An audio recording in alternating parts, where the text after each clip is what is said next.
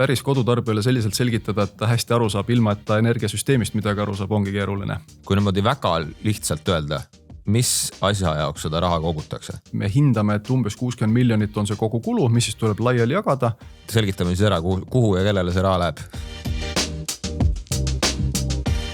Tere, head kuulajad ja vaatajad, Energiakool alustab ning tänane jututeema on midagi, mis puudutab küll absoluutselt igat Eestimaa inimest ja need on kurikuulsad uued read elektriarvel. Ja selleks, et sellest natukene lähemalt rääkida, on meil siin külas Eleringi juhatuse esimees Kalle Kilt, tervist! Tervist! No kas on juba piltlikult öeldes natukene kopp ees sellest selgitamisest, et mis need read seal siis on? Vastupidi, see on suur rõõm inimestele rääkida, et millest elekter tervikuna koosneb, et ega sellest ei ole ju varasemalt väga palju võimalust olnud inimestele aru anda. Ja ma arvan, et need uued read ongi täpselt see koht, et see natukene rohkem tekitab selgust, kuivõrd keeruline kogu see energeetika maailm seal taga on, et ei ole lihtsalt, et elekter tuleb seina seest, aga selleks tuleb reaalselt erinevates kohtades väga palju vaeva näha selleks, et see olemus oleks. No jutt käib siis varustuskindluse tasust ja käib siis tasakaalustustasust. Ma saan aru, et need olid varem ka seal sees. Miks need nüüd siis välja pediselt võtma? Jah, võib-olla see trend algas isegi natukene kauem aega tagasi. Euroopas ju tegelikult kuskil 30 aastat tagasi taheti võimalikult palju energeetikast teha efektiivseks läbi turu. Ja siis oli enne seda igal pool üks arve, elekter. Siis löödi laiali kõigepealt võrgu teenus ja elektri tootmine. Eeldati, et siis elektri tootmine saab turul hakkama ja siis optimeerib ennast läbi selle. Ja siis juba tekkisid arvele 2 eraldi rida. Ja nüüd on selle sama tootmise hulgast on läbi selle, et see turg ise on toiminud hästi efektiivselt. On tekkinud selline olukord, et sellist tüüpi elektrijaamad, mis turul liiga palju kasutust ei leia, aga neid on varustuskindluse jaoks vajalik, et nad turult raha ei teeni piisavalt ja nendele tuleb siis tekitada kuskilt teissugune rahastus. Varem nad teenisid turult, nüüd tuleb neile eraldi anda see, et lõpuks tarbija maksab selle kulu kinni niikuinii, eks. Ja kokkuvõttes on süsteemile odavam, kui on meil hästi palju sellist elektritootmist, mis on hästi odav, mis enamus ajast katab näiteks taastuvenergia ära, aga varuks nendeks külmadeks talvepäevadeks on kuskil juhitavad elektrijaamad. Ja just selle jaoks, et need juhitavad elektrijaamad majanduslikult suudaksid toime tulla, peab seda nüüd eraldi seisva meetme kaudu hakkama kuidagi toetama.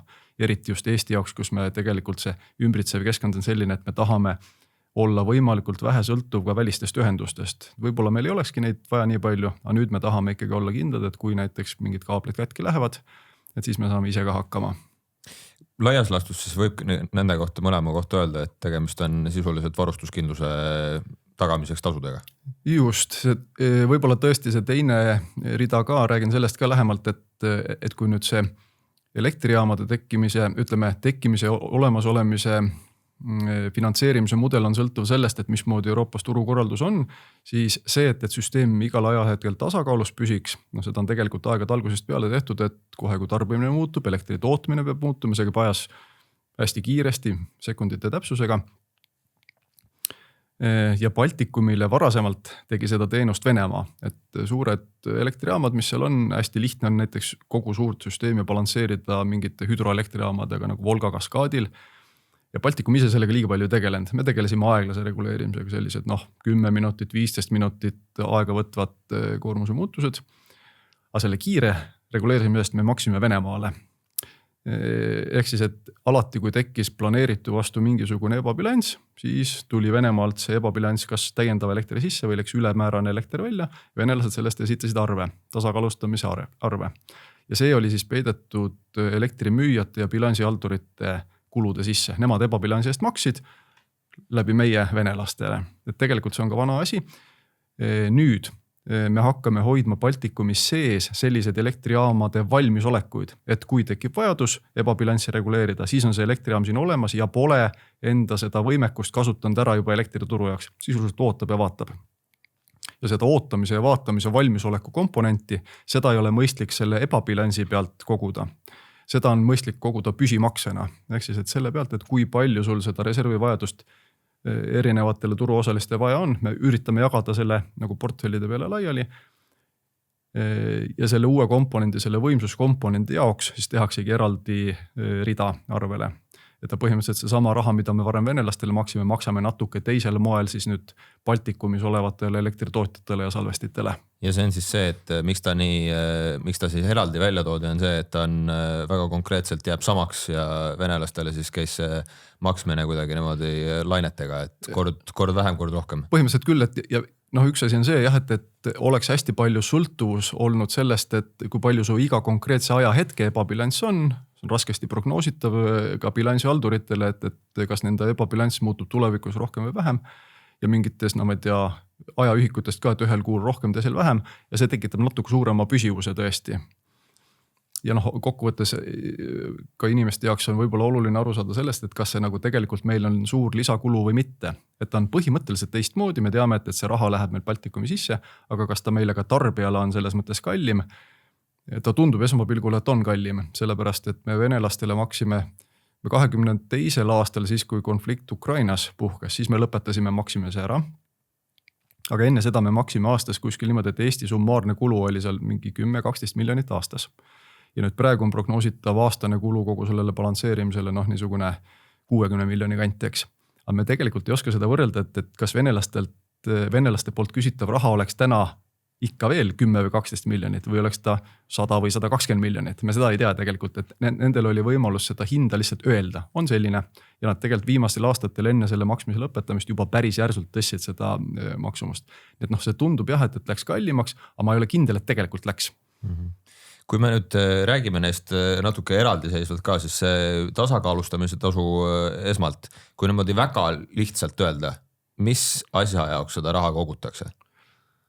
Tasakaalustamistasu on selle jaoks, et süsteemis oleks mõned elektritootjad ja mõned elektrisalvestid valmis reageerima kiiresti, kui on vaja ebabilanssi kõrvaldada.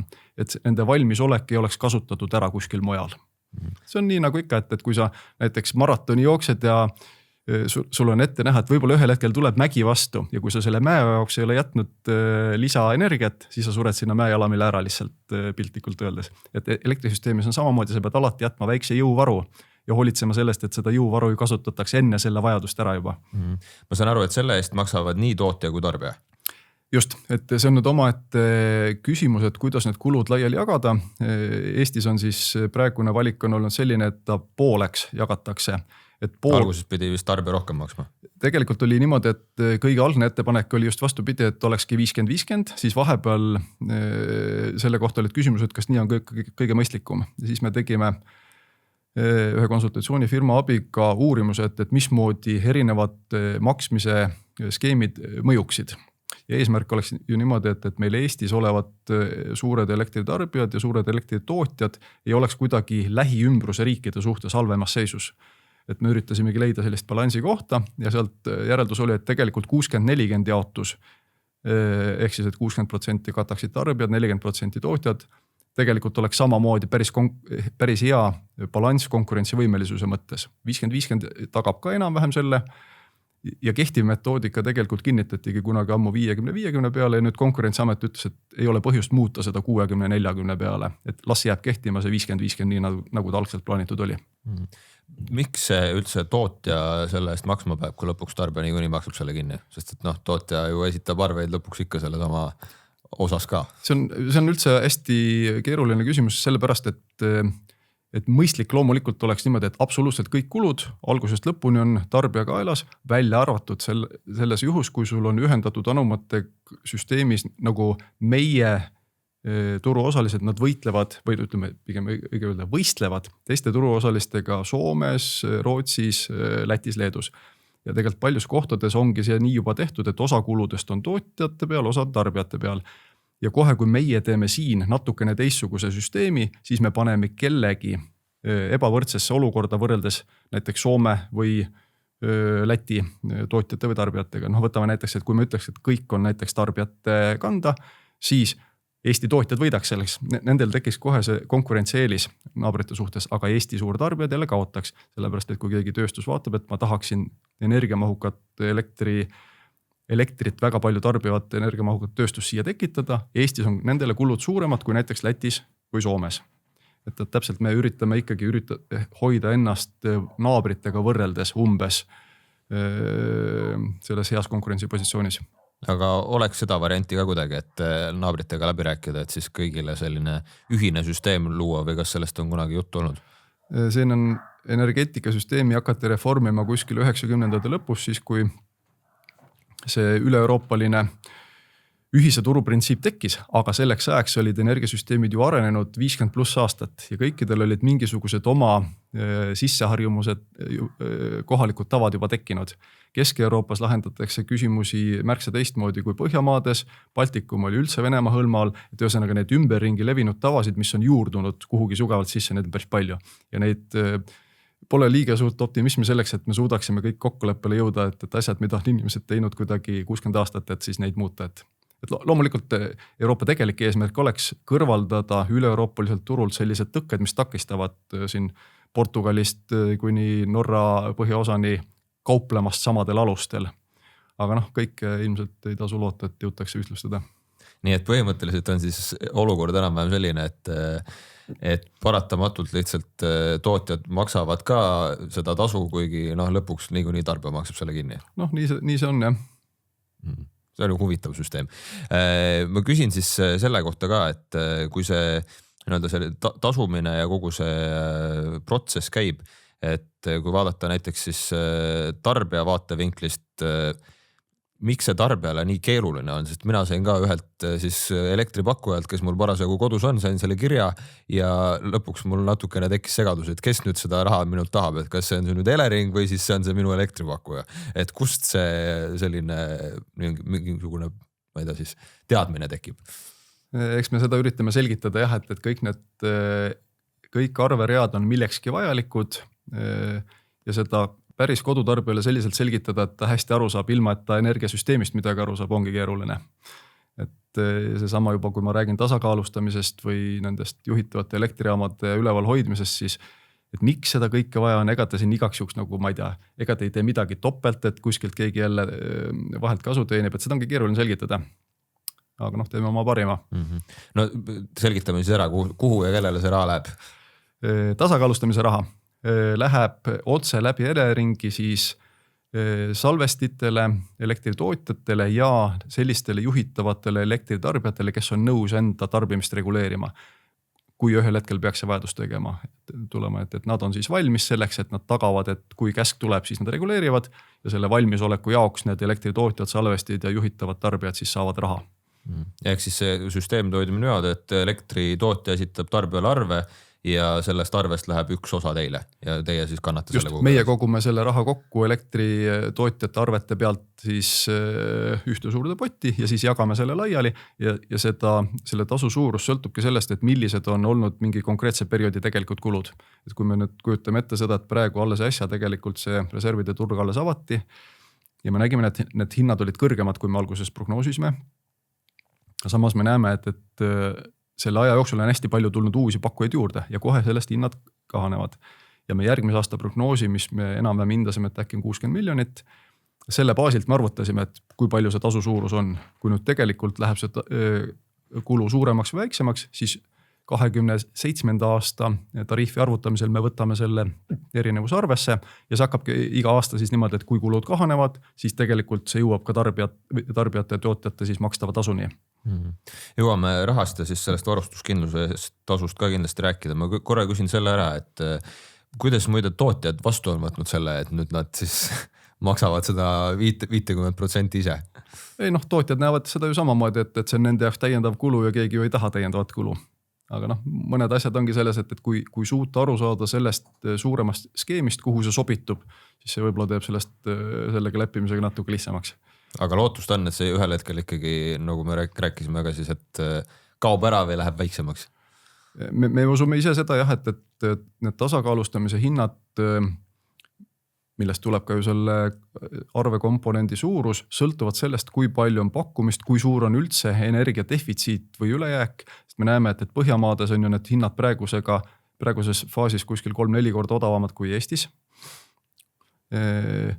Ja miks see nii on? Sellepärast, et neil on see turg olnud päris pikka aega. Et sinna on jõudnud juba turuosalised on aru saanud, et see on koht, kus neil on võimalik teenida. Et sinna on mõistlik investeerida mingisugused ressursid, millega nemad teenivad raha ja mille käigus nad teevad kogu selle turu efektiivsemaks ja odavamaks.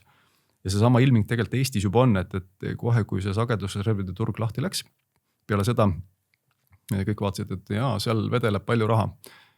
See hinnatase oli lihtsalt selline, et tundus, et mingisugused investeeringud võivad ära tasuda isegi siin, ma ei tea, mõne aastaga võib-olla, mis energeetikas on ikka väga kiire. Et jah, just täpselt selle vastu ongi, et kui turg näitab, et seal on raha, mida teenida, siis seda rohkem tuleb konkurentsi, seda väiksem hind läheb. Aga see kokkuvõttes sõltub sellest, milline on üldine energia hind. Et ei ole võimalik, et näiteks reserviturgudel hinnad lõputult langevad, aga üldisel energiaturul hinnad tõusevad. Nad kasutavad sarnaseid ressursse. Ikkagi reserve pakuvad ju samamoodi elektrijaamad ja salvestid ja kui nad võivad teenida näiteks ühelt turult rohkem kui teiselt, siis loomulikult nad oma ressursid suunavad sinna ümber ja see mõnes mõttes nagu nivelleerib üldise taseme ikkagi ühtlaseks. Ütleme, et trend on mõlemal suure tõenäosusega lõpuks sama. Oleme nüüd rääkinud sellest tasakaalustamistasust üsna palju, kuigi eks nad mõlemad need 2 rida seal elektriarvel lõpuks selle varustuskindluse jaoks töötavad. Aga kui varustuskindluse tasust siis rääkida, siis kas see on nüüd puhtalt selline, mis maksab tarbija kinni? Ja see lisatakse siis võrgu arvele eraldi reana ja tõepoolest, et seda eraldi tootjad tasuma ei pea. Aga selle loogika iseenesest on täpselt samamoodi, et hinnatakse iga-aastaseid tegelikke kulusid. Ja kui need kulud aasta kaupa siis kas suurenevad või vähenevad, siis vastavalt sellele siis arvel oleva rea suurus ka muutub. Ja praegu on selge, et hetkel on see enamuses see tasu selleks, et olemasolevaid Eestis olevaid selliseid elektrijaamasid, mis turul konkurentsis ei ole, toetada. Aga selle sama tasu alt tegelikult on võimalik tulevikus toetada ka teoreetiliselt, kui peaks vajadus tekkima, laiema elektrijaamade olemasolu tagamine, et kui me tahame näiteks ka uusi elektrijaamu juurde saada. Et näiteks kui tuleb tuumaelekter, et siis ka sinna panna juurde või kuidas? Jah, isegi seda elektrijaama tüüpi teadmata on mõistlik suure tõenäosusega tulevikus tekitada kõikidele elektritootjatele mingi selline püsitulu komponent. Sest ma arvan, et see on tänase energiaturu juures üks suuri nõrkusi, mis Euroopas on, et ta põhineb ainult hetkehindadel, hetkekütuse kuluhindadel. Ja sellega suudetakse optimeerida väga hästi seda, et kes tänastest elektrijaamadest pääseb turule, ilmselgelt see optimeerib kõige odavamad pääsevad, natuke kallimad ei pääse, kõige kallimad ei pääse üldse, keskmiselt kallid pääsevad harva, aga see ei tekita nendele elektrijaamadele, kes sellise skeemi järgi pääsevad harva turule, kindlust, et nad võiksid uue sarnase elektrijaama ehitada. Ja ma arvan, et see marginaalhinna põhine värk peab kuidagi saama mingi komponendi endale juurde, mis siis ka nendele elektrijaamadele, mida me võib-olla vajamegi ainult nädal või 2 aastas, kui on see kõige külmem nädal, pime, tuult ei ole, päike ei paista, aga elektrit oleks vaja. Ja siis kogu ülejäänud aasta nad muidu seisaksid kahjumlikult, eks, peab olema mingisugune püsikomponent ja ma arvan, et üks varustuskindluse tasu on üks võimalus, mille kaudu nendele siis tekitada motivatsiooni turul püsida. Aga sellega siis ikkagi, kui on püsitulu, siis on ka püsikulu, nii et see tasu ilmselt kuhugi ära ei kao. Ja just.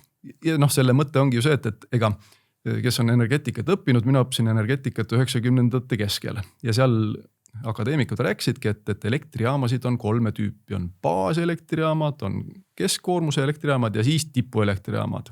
Täpselt nii ongi. Need tipuelektrijaamasid lihtsalt vanasti finantseeriti teiste elektrijaamade arvelt mõnes mõttes. Et kui siis oligi Eesti Energia oli ju Eestis ainukene energiatootja, ülekandja ja müüja. Enne 2000. aastad oligi üks suur monopol, eks, ja tema ise vaatas, et kui palju tal on siis selliseid elektrijaamasid vaja, mis siis töötavad mõni tund aastas ja kui palju selliseid elektrijaamasid, mis töötavad, ütleme 8760 tundi aastas. Et see kõik oli ühes suures potis. Nüüd me lihtsalt oleme selle poti jaganud natukene lahti, aga kõik selle peab ikkagi kinni maksma tarbija. Aga me üritame seda teha selliselt, et see üldine arve siis oleks võimalikult pisikene. Ehk siis, et jah, nende komponentide välja toomine tekitab küsimusi, kas need on vajalikud. Meie peame suutma hinnata, et kas tervikuna sinna kompotti nad sobivad ja kas terviku hind on kõige soodsam. Kui lihtsurelikule see natukene lahti selgitada, et kogu aeg siis kogutakse raha selle jaoks, et neid kallimaid energiatootjaid üleval pidada. Kuidas te välistate selle, et teid tüssama ei hakata? See peab olema piisavalt auditeeritav, sest oli ju see põhjus, miks tegelikult elektri tootmist omal ajal taheti eraldada. Kogu sellest monopoolsest ringist oli see, et oli kahtlus, et monopolid ei ole suure tõenäosusega nii efektiivsed, kui turg võiks olla. Keegi peab monopoli üle alati järelevalvet tegema. Ja loodeti, et elektriturg siis ajab selle asja korda, et siis enam regulaator sisuliselt ei otsustab turg. Nüüd on ikkagi selge, et mingid tüüpi kulud on sellised, mida turg paika ei pane ja siis järelikult need kulutüübid, mis siis jäävad natukene monopolistlikuks, nendel peab olema ikkagi selline järelevalvemehhanism. Et see sama varustuskindluse tasu osa, mis siis uuest aastast tuleb arvele, tänasel hetkel saab ta koosnema ainult ühest komponendist, see on see saartalituse teenuse kulu, mis seal taga on. Me tegime hanke selle kohta ja selle hanke tingimustes ongi sees, et see, kes iganes selle hanke pakkumise teab, et ta tohib meie käest küsida ainult selle raha hulga, mis tal jääb puudu endal mõistliku kasumlikkuse saavutamiseks. Mingi raha teenib turult, mingi raha jääb puudu ja selle puudu jääva raha võib ta ainult meie käest küsida. Ja meil on siis, kui see periood on läbi, siis me auditeerime kõik kulud üle, vaatame, et tõepoolest, et meie arvelt ei rikastuta alusetult. Et seal ongi ette antud see kapitali tootuse määr maksimaalne, mis nad võivad teenida ja tuleb kontrollida.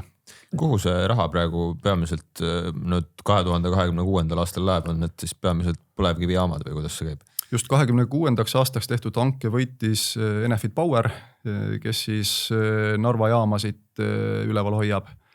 Ja nendel ongi täpselt, et osa nendest jaamadest seal mingil määral turult teenivad, enamus nendest tegelikult seisavad praktiliselt konkurentsivõimetuse tõttu niisama. Aga samas nende töös hoidmiseks, selleks, et nad oleksid võimelised käima minema seal teatud tundide jooksul, need püsikulud on neil kogu aeg peal.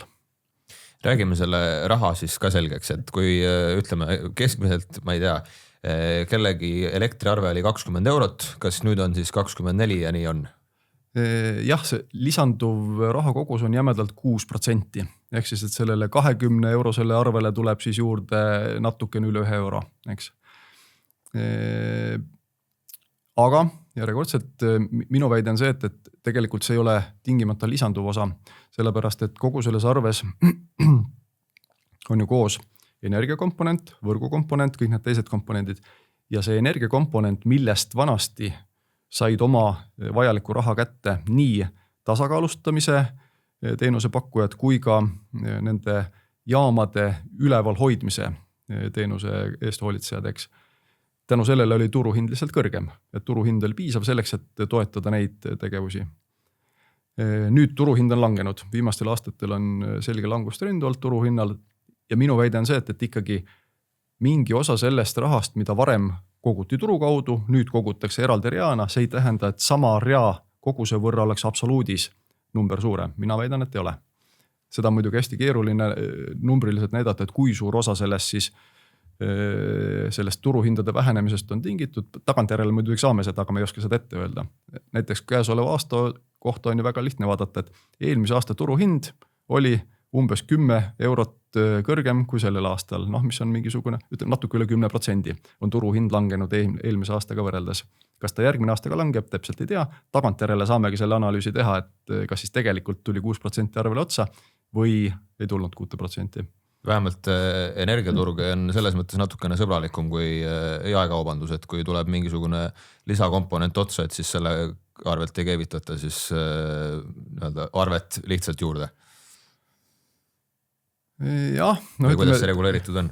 Turul ongi ju, need on need samad 2 komponenti, mis varasemalt arvati, et üks komponent peaks olema, et turg ise reguleerib, see elektri tootmise pool ja teine on siis see monopoolne pool, mida peabki keegi regulaator kogu aeg kontrollima, et ega ta jumala eest ei kuluta raha liiga palju. Ja nendest uutest arvekomponentidest samamoodi see tasakaalustustasu allub täiesti turuloogikale, turg ise paneb paika, et see oleks kõige soodsam.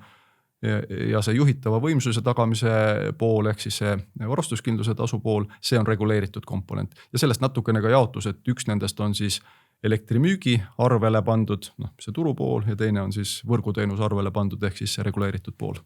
Kuidas see 60 miljonit selle Enefit Poweriga siis välja selgitati, et oligi lihtsalt riigihange ja madalam võttis või kuidas see käis? Just, korraldasime riigihanke, selleks enne kooskõlastati need tingimused kõikide vajalike osapooltega, Konkurentsiamet, ta baseerub ka seadusel, et seaduses tekitati sellise mehhanismi alus põhimõtteliselt. seal lepiti põhimõtted kokku, metoodika kokku, tegime riigihanke pakkumised saime kätte siin millalgi oktoobri alguses, hindasime võitja, selgus. Selles mõttes jah, ta on riigihanke protsess, aga eks me sellest peame aru saama. Seal saavad osaleda ainult ikkagi need elektrijaamad, mis on reaalselt Eestis olemas ja mis turult raha piisavalt ei teeni. Et see ilmselgelt ju limiteerib ka seda. Enam-vähem üks jääb ka alles. Umbes nii. Kas see on nüüd 1 aastane või järgmisel aastal me arvutame selle uuesti üle? Seda teenust me ostame täpselt nii kaua, kui me näeme, et ilma selle teenuse ostmiseta meil oleks kriisiolukorras tulede põlemas hoidmisega probleeme. Ehk siis, et see arvutusloogika on see, et me hindame seda situatsiooni, kui meil mingil põhjusel impordi kogus on piiratud, et me oleme Lätist eraldatud. Ja siis peame hakkama saama Eestis asuvate elektrijaamadega ja limiteeritud mahus saame võib-olla Soome poolt ka mingi koguse elektrit. Enamus peab olema Eestis koha peal. Ja selle sama valemi vastu me hindame, et kas meil see kogus on tegelikult tundub, et ilma meie selle hanketa olemas või mitte. Ja iga-aastaselt siis korraldame siis selle õige koguse peale tegelikult hanke. Aga et me peame seda süsteemi ikkagi suhteliselt varsti juba hakkama ümber vaatama, sest täna sinna võib-olla tõesti suudavad kvalifitseeruda ainult need nii-öelda päris vanad elektrijaamad, mis olid olemas, aga me tahaks ikkagi tekitada mingisuguse motivatsiooni sinna juurde, et ka uued elektrijaamad tekiksid. Et see oleks pikaajaline, sest nende praeguste elektrijaamadega seda ju kõik näevad, et ega nad igavesti ei püsi. Nad on tegelikult juba täna ületanud oma selle kunagise eluea, milleks nad tehti. Tänu sellele, et nad viimastel aegadel on vähe töötanud, nad ei ole lihtsalt liiga palju kulunud, eks, aga nende üleval hoidmiseks on ikkagi mingid jupid roostetavad ja ikkagi tuleb seal tegevusi teha ja see läheb kogu kallimaks. Ja me näeme, et see, ütleme 2035 pluss, see ei ole mõistlik enam neid hoida. Ja me tegelikult täna juba töötamegi välja seda loogikat, millega me saaks tegelikult ikkagi korralikud tänapäevased kiirelt reageerivad juhitavad elektrijaamad, mis siis sobiks tänapäevasesse elusse paremini ja ei oleks võib-olla ka nii kallid, kui ütleme 10+ aasta pärast nende vanade jaamade veel elus hoidmine. Nii et ütleme järgmise aasta oktoobrist te uuesti korraldate selle hanke, et kas on 60 miljonit või vähem või see on selles mõttes praegu on tähtajatu leping? Ei, tegelikult on praegune leping on 1-aastane leping pikendamise võimalusega 2 aastaks veel, aga ta on mõeldud ikkagi jah, et iga aasta me tegelikult hindame, kui suur on vajalik kogus, kui see kogus muutub, teemegi selle uue hanke selle muutunud koguse peale, kas ta siis kasvab või kahaneb. Nii et kui tuleb näiteks keegi uus turule ja suudab sellest hankest madalamat hinda pakkuda, siis ja tal on seda vaja, siis ta saab selle. Vähemalt meie tahaks teha jah niimoodi, et see hange oleks selline, et ka uutele tulijatele oleks seal motivatsioon osaleda. Kuidas selle teise poolega on see nii-öelda 50-50 tootja tarbija tasakaalustamistasu, kas see on selline asi, mis nüüd jääb nii nagu ta on või see on ka midagi sellist, mis näiteks aasta pärast vaadatakse üle? Muutub iga aasta, et järgmise aasta eeldustes on sees, et me hindame, et umbes 60 miljonit on see kogu kulu, mis siis tuleb laiali jagada ja sealt kogu kulust on maha lahutatud veel mingi osa, mille me Kiisa elektrijaamaga teenisime jooksval aastal ja seda raha nagu topelt küsida ei ole ju mõteteks, selle me lahutasime 60 miljonist maha ja see järelejäänud osa tegelikkuses võib kujuneda see kulu mingiks teiseks ja kohe, kui ta kujuneb mingiks teiseks, meie eeldusega võrreldes siis selle uue prognoosi alusel me arvutame siis 27. aasta hinna põhimõtteliselt. Nii et see tootja tarbija see protsendivahe võib ka kõikuma hakata siin veel? Jah, ütleme niimoodi, et protsendivahe saab kõikuma hakata see, kas ta on 50-50 või 60-40 või mingi muu. See ei tulene mitte sellest, et milline on aasta tegelik kulu, vaid see tuleneb sellest, kas Konkurentsiameti poolt kinnitatud metoodika muutub või mitte. Ja seda ei saa ju välistada, et see metoodika uuesti lahti võetakse. Praegusel hetkel oli küll Konkurentsiameti seisukoht, et sellisena nagu ta on ta igati sobiv.